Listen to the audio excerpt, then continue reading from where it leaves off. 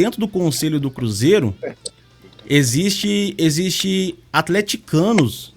Isso é possível dentro do Conselho do clube ter? Eu não conheço eles, mas eu tenho, já me afirmaram que tem 2 ou 3 atleticanos lá. Que parece Mas que uma mulher... como pode, ô Carlos? Qual o sentido? Como pode? Como pode? Eu, particularmente, eu não conheço essas pessoas, né? Eu nem sei se estão ainda, porque houve uma reforma boa no último conselho agora, né? Uma boa reforma, muitos não entraram, porque não houve votação, houve sim, houve aquela acordo, né? Para que montasse uma chapa única para o conselho. Eu não sei se ainda estão lá, mas essa afirmativa é verdadeira. Dantes.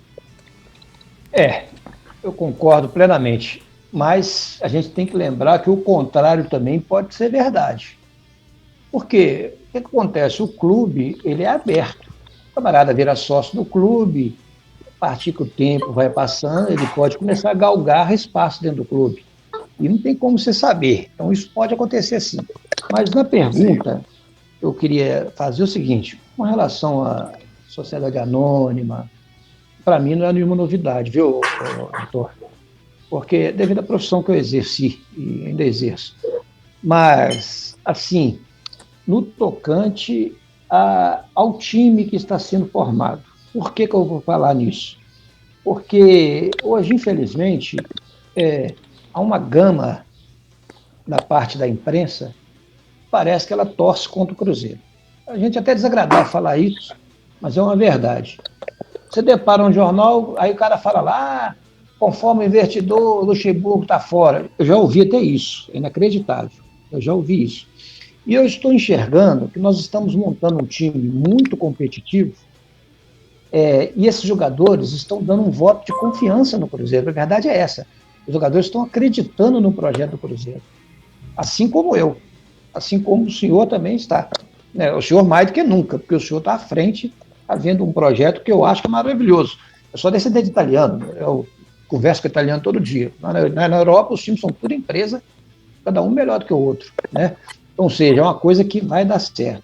Então, nesse tocante, o que o senhor tem a pensar com relação do Cruzeiro trabalhar mais pesado das mídias sociais e da imprensa em geral para quebrar esse paradigma de infiltração de imprensa, atrapalhando a vida do Cruzeiro? O senhor não pensa assim, não? Se o senhor não quiser responder para mim, não precisa, não. Não, eu não tenho isso comigo, não. A pergunta, eu não deixo nenhuma sem resposta, não. Inclusive, no meu direct, eu tenho muitos torcedores. Sempre quando eu tenho um tempo, eu vou lá e respondo todo mundo. Eu não deixo ninguém sem resposta, não. A não ser aqueles radicais que chegam com ofensas, aí não tem jeito de você ficar debatendo com esse tipo de pessoas. Mas as pessoas que têm um nível, que vem com respeito, e eu sempre, inclusive o Jonathan, né? O Jonathan me chamou e prova disso é que eu não conhecia e respondi.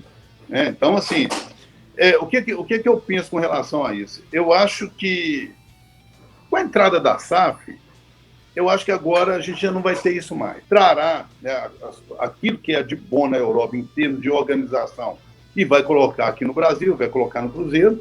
Então, eu acho assim, essa questão da imprensa, muitos aí que são do outro lado da lagoa vão sofrer.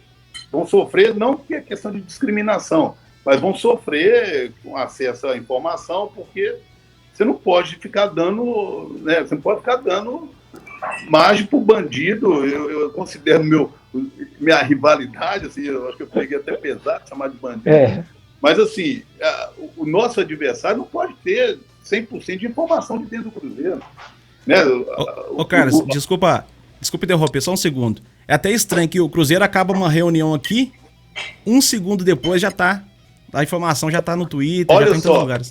Quando eu estava no Conselho de Gestor, nós fazíamos reuniões quase que diárias. A gente reunia na sede, uma mesa lá enorme, aí tinha o Pedro, tinha o Medioli. 5 minutos depois, a imprensa já estava divulgando fatos, conversas lá de dentro, que era para ter ficado somente entre o Conselho Gestor, a imprensa já sabia. E aí, o que nós fizemos? Pedimos à Polícia Civil que fizesse uma varredura né, para tentar achar se tinha alguma escuta dentro da sala, porque não tinha cabimento.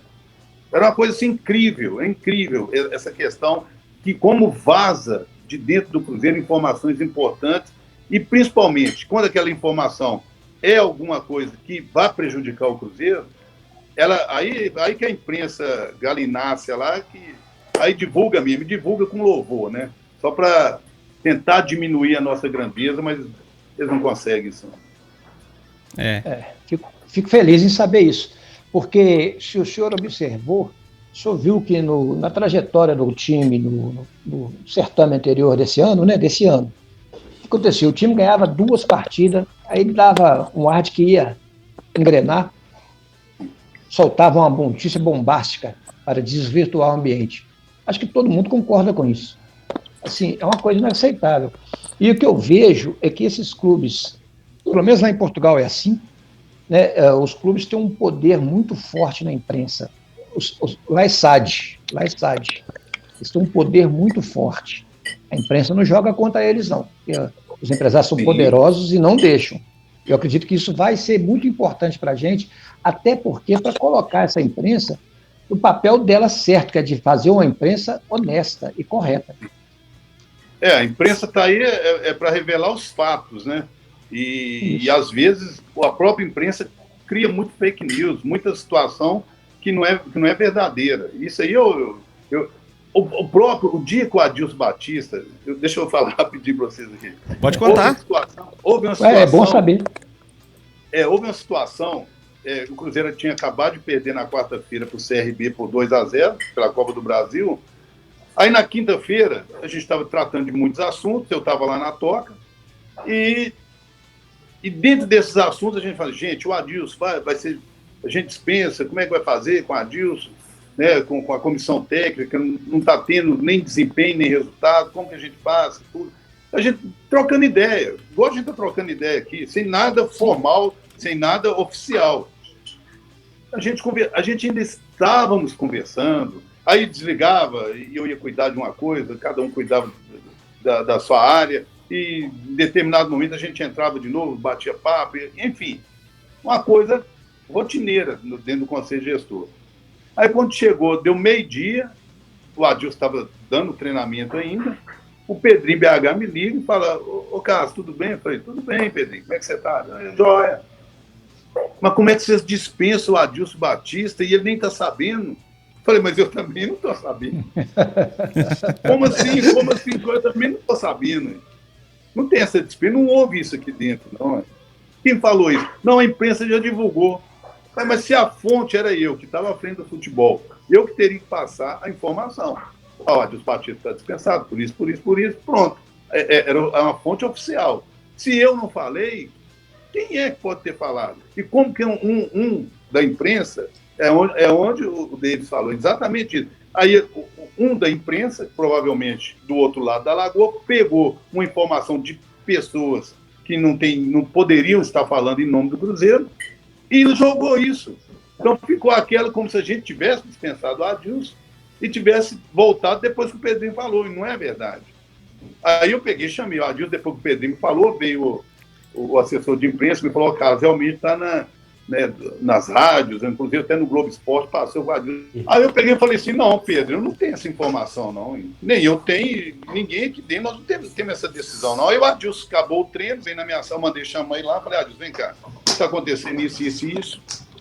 Não é verdade, então você continua o seu trabalho, você desenvolve o seu trabalho. Nós temos jogo domingo contra o Coimbra, é importante que a gente vença o Coimbra, até para que a gente possa entrar no quadrangular final, dá sequência ao seu trabalho, esquece isso e vamos embora.